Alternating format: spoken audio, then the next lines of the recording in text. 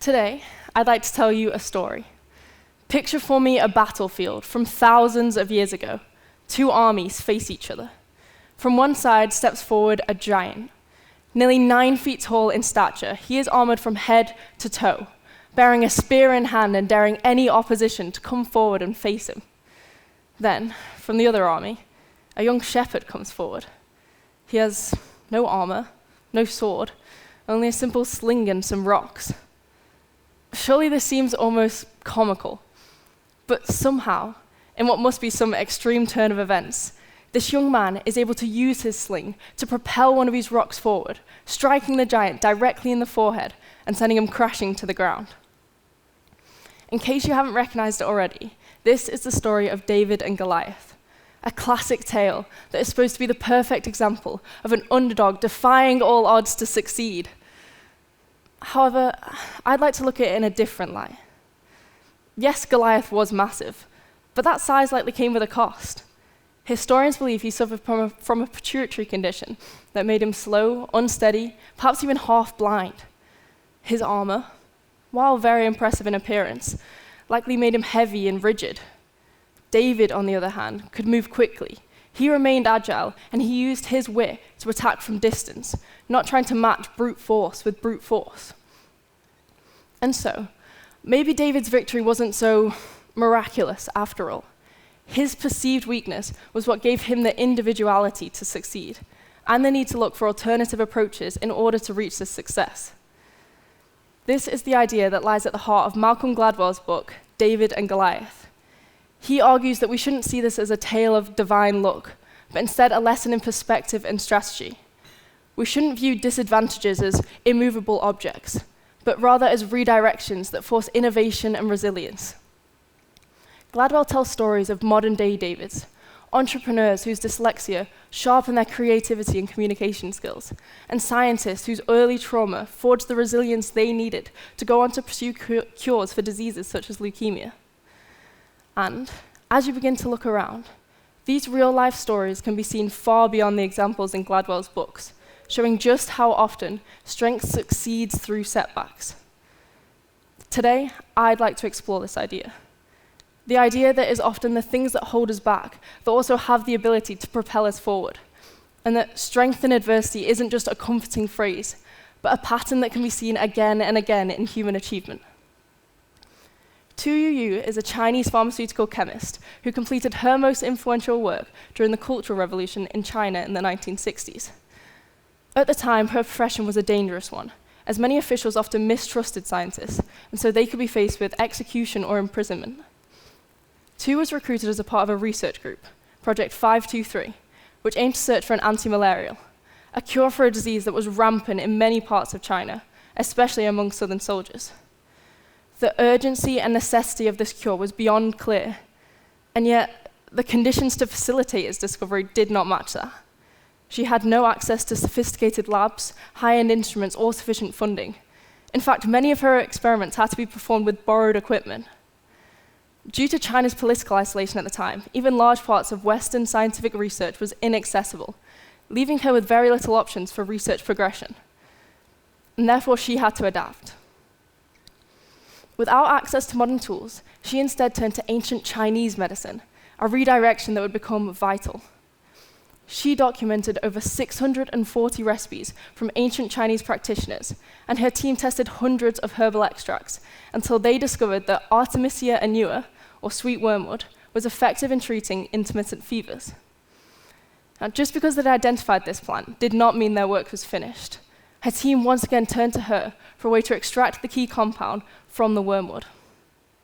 It was Tu's brilliance and abstract thinking that allowed her to see past conventional methods, which had proved unsuccessful, until she discovered the critical modification of using a low-temperature ether extraction to preserve the very valuable artemisinin. Artemisinin revolutionized the treatment of malaria, representing a new class of anti-malarial drugs and creating a paradigm shift in the field's research and therapy, later earning Tu the Nobel Prize for Medicine in 2015.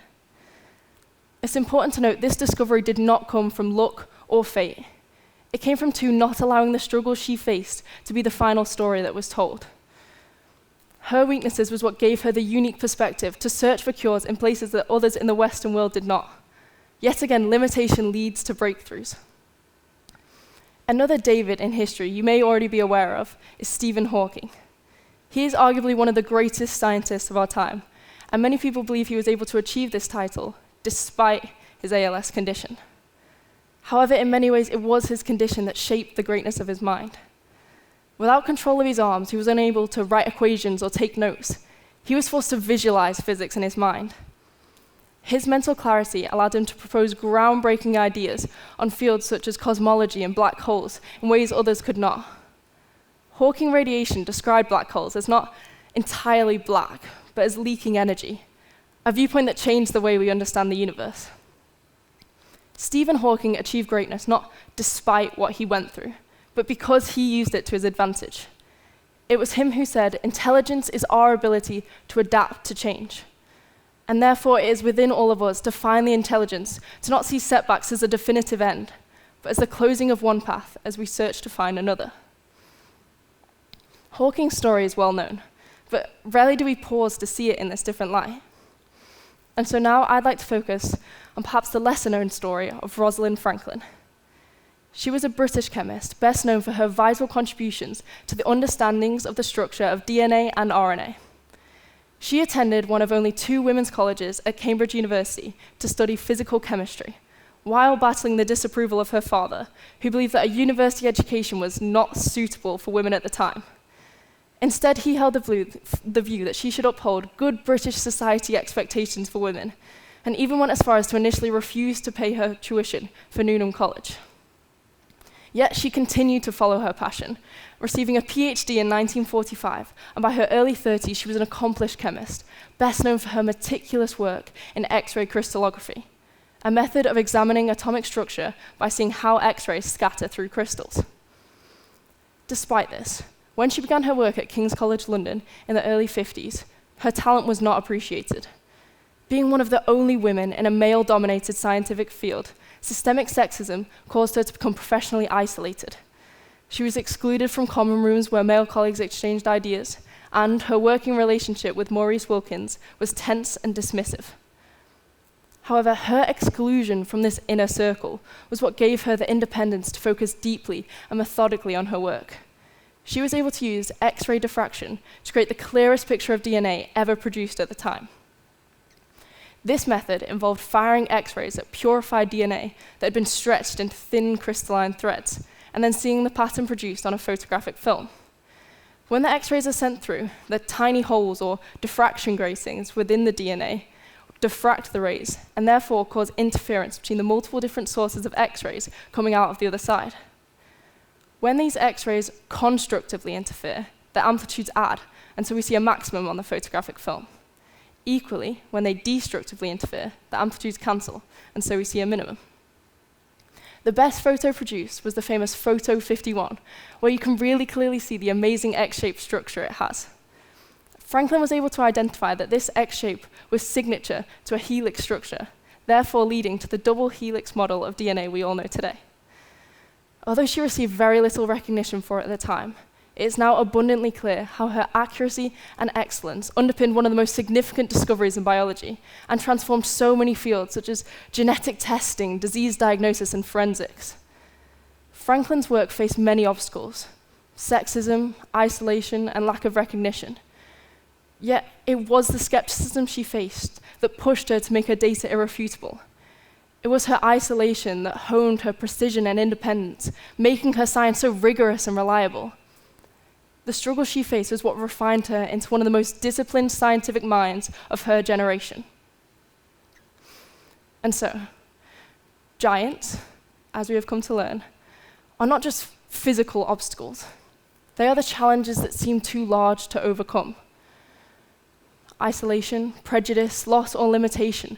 But time and time again, history shows us that it is often our difference, our defiance of the expected path, that makes us Davids and gives us the individuality to overcome them. We do not need to wish for miracles.